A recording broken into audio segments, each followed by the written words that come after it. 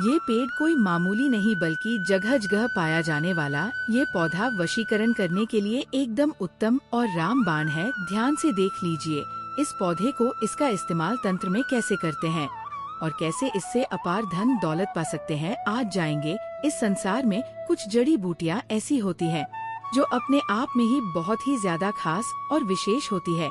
वैसे तो इस संसार में जितने भी पेड़ पौधे हैं उनकी कुछ न कुछ विशेषता और खासियत अवश्य ही होती है। इस दुनिया में जितने भी पेड़ पौधे हैं कोई भी एक भी ऐसा नहीं है जो बिल्कुल बेकार हो। किसी में कुछ न कुछ शक्ति अवश्य ही मौजूद रहती है और ये सभी चीजें वनस्पति तंत्र के अंतर्गत आती है। यानी कि कुछ चीजें ऐसी होती है जो तंत्र करने के लिए बेहद आवश्यक, खास और विशेष हैं। तो दोस्तों, आज के इस वीडियो में कुछ ऐसी जानकारी के बारे में हम आपको बताएंगे कि जिसके माध्यम से आप सामने वाले को अपने वश में कर सकते हैं। बहुत सारे लोगों की ये परेशानी होती है कि जिससे वह प्यार करते हैं, जिससे उनकी शादी हो गई होती है, वह उनकी बात ही नहीं मानता है। काफी लोग हमसे इस बारे में पूछते भी है, बताते भी है कि जहाँ पर काम कर रहे हैं, कार्य कर रहे हैं, उनके आसपास के जो लोग हैं, उनके पड़ोसी हैं, वह हमेशा ही परेशान करते रहते हैं, जिसके कारण वे कार्य भी नहीं कर पाते हैं। बहुत से जालिम लोग तो ऐसे होते हैं कि केवल बस आपको दुखी देखना चाहते हैं और कुछ ना कुछ प्रयास हमेशा ही करते रहते हैं। लेकिन दोस्तों, आज के इस वीडियो में जो जानकारी है वो बेहद खास है, जिसका इस्तेमाल करके आप सामने वाले को अपने वश में कर सकते हैं और जिस भी तरह से आप चाहे उसी तरह से वह आपसे करने लगेगा। यानी कि अगर वह आपसे शत्रुता रखता है या फिर आपको पसंद नहीं करता है तो इस प्रयोग को करके आप लाभ उठा सकते हैं। इस जानकारी से आप मनचाहा कार्य कर सकते हैं। लेकिन उससे पहले वीडियो को लाइक करके कमेंट बॉक्स में ओम नमः शिवाय अवश्य लिख दीजिए। भगवान शिव की कृपा से साधना हो की सिद्धि प्राप्त होती है, जिससे व्यक्ति परम सुख को प्राप्त करता है। जितने भी मंत्र होते हैं, जितने भी तांत्रिक क्रियाएं होती है, यह केवल भगवान शिव के माध्यम से ही सफल होती है। तो दोस्तों, जैसा कि हमने आपको पिछले वीडियो में भी बताया है कि जो तंत्र होता है, तंत्र की जो क्रियाएं होती है, उनमें किसी भी चीज की आवश्यकता नहीं पड़ती है। केवल ध्यान के माध्यम से ही तंत्र किया जा सकता है, क्योंकि केवल ध्यान ही वह शक्ति है जिसके माध्यम से कुछ भी पाया जा सकता है।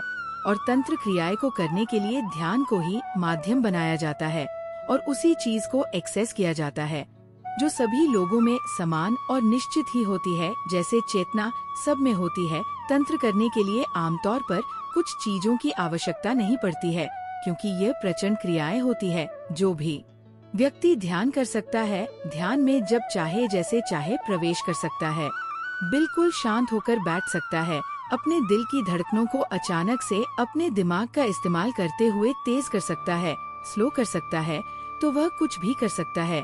क्योंकि अपने दिल की धड़कनों को बढ़ाना और स्लो करना दिमाग के माध्यम से यह कोई साधारण व्यक्ति नहीं कर सकता है। यह केवल वही कर सकता है जिसने ध्यान को सिद्ध कर रखा हो। और ध्यान को सिद्ध करने के लिए बहुत ज्यादा प्रैक्टिस की आवश्यकता पड़ती है, जो हर किसी के बस की बात नहीं होती है। जो तंत्र क्रियाएं जानता हो, केवल वही व्यय कर सकता है जो ध्यान को पकड़ना जानता हो और दिमाग के संपूर्ण खेल को समझता हो। क्योंकि दिमाग एक ऐसी चीज है जो किसी भी व्यक्ति को भ्रम में डाल सकती है। और आपने खुद भी काफी लोग ऐसे देखे होंगे, काफी योगी ऐसे होते हैं कि सर्दी में बैठकर ध्यान करते हैं और उन्हें ठंड नहीं लगती। ध्यान के माध्यम से अपने दिमाग को थामने की कोशिश करते हैं।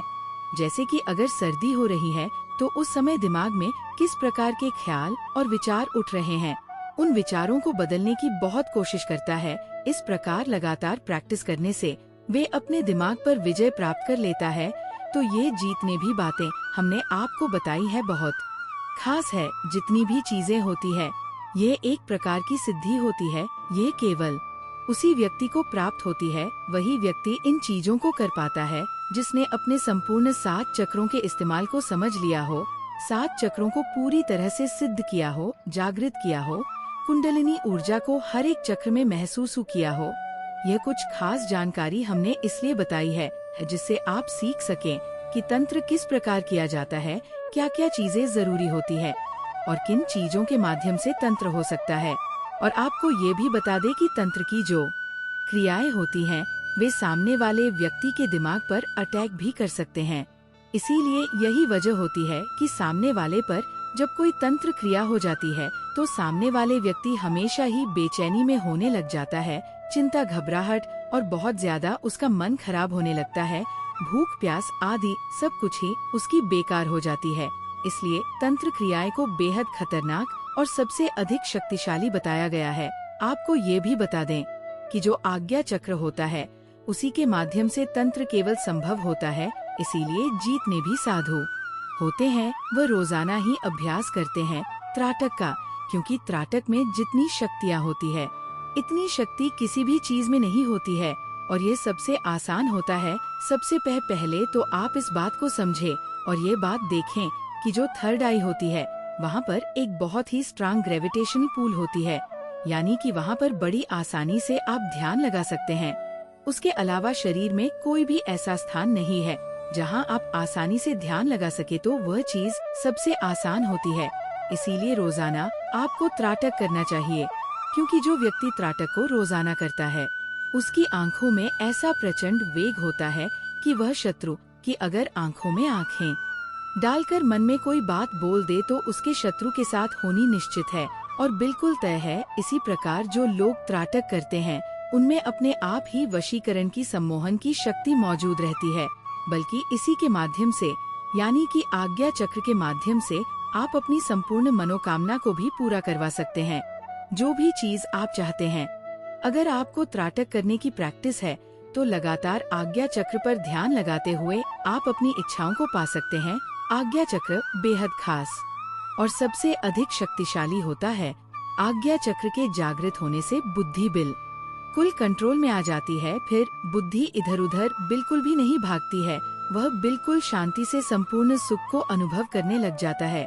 लेकिन इस बात का ध्यान रखें कि जब भी आप त्राटक करते हैं तो बिल्कुल भी अपने त्रिनेत्र के साथ जबरदस्ती बिल्कुल नहीं, क्योंकि काफी लोग ऐसे होते हैं कि आज्ञा चक्र ध्यान लगाते हैं, बाहरी त्राटक करते हैं, आंतरिक टक भी करते हैं, लेकिन इस प्रकार से करते हैं कि जबरदस्ती इस प्रकार हो जाता है कि उनके थर्ड होने पर दर्द होने लग जाता है। तो ऐसे आपको बिल्कुल भी नहीं करना है। जब दर्द होता है तब उसी समय आपको रोक देना है। ये सबसे सरल, सबसे आसान ऐसी क्रिया है कि अगर आप त्राटक करते हैं तो कोई भी व्यक्ति आपके विरुद्ध नहीं जा सकता है, और अगर वह आपके विरुद्ध जाता है तो उसके जीवन में फिर कुछ भी अच्छा नहीं हो सकता है। आज्ञा चक्र पर रोज ध्यान लगाने वाला व्यक्ति सम्मोहन, वशीकरण इस प्रकार से बड़ी आसानी से सिद्ध कर लेता है कि जिस चीज की वो कामना करता है, चाहे वह कोई भी चीज हो, उसके पास निश्चित ही दौड़ कर आती है। लेकिन दोस्तों, अगर आप ध्यान नहीं कर पाते हैं, आज्ञा चक्र पर भी आपका ध्यान नहीं लगता है, तो आप कुछ पेड़ पौधों की, यानी कि वनस्पति तंत्र की सहायता भी ले सकते हैं। जैसे कि चिरचिता का पौधा होता है जो बड़ी आसानी से कहीं पर भी मिल जाता है, इसे अपामार्ग भी कहते हैं। ये जो पौधा होता है इसमें वशकरण की सिद्धियां मौजूद रहती हैं, इसकी जड़ में मौजूद रहती है और यह कहीं पर भी बड़ी आसानी से मिल जाता है। इसकी पहचान ये है कि इसको जब आप किसी कपड़े पर फेंक तो वह चिपक जाता है। काफी जगह इसे आप मार्ग कहा जाता है, चिड़चिड़ी कहा जाता है, और बचपन में आपने इससे काफी खेला होगा।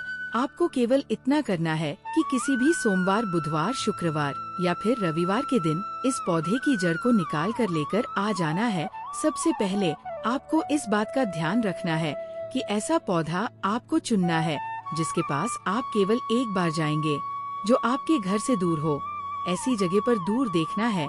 ये बड़ी आसानी से कहीं भी जंगल में मिल जाता है, तो वहीं पर जाकर आप इस पौधे को सबसे पहले जल दे दें और एक लोटा जल चढ़ाकर इसकी जड़ को निकाल लें और अच्छी तरह से धो लें और एक पत्थर भी ले लें। आप इस बात का ध्यान रखें कि केवल पत्थर पर ही इस जड़ को आपको पीसना है, और जिस समय आप पीसें तो पीसते समय आपको क्लीन बीज मंत्र का उच्चारण करना है। क्लीन भगवान श्री कृष्ण का बीज मंत्र है।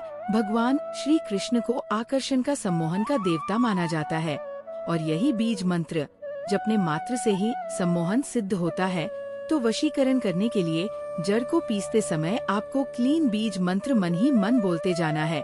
जितनी देर में ये पेस्ट बनेगा उतनी देर तक आपको क्लीन बीज मंत्र बोलते जाना है। थोड़े थोड़े पानी के छींटे उस पर लगाते जाना है, जिससे गीला पेस्ट आपका बन जाए।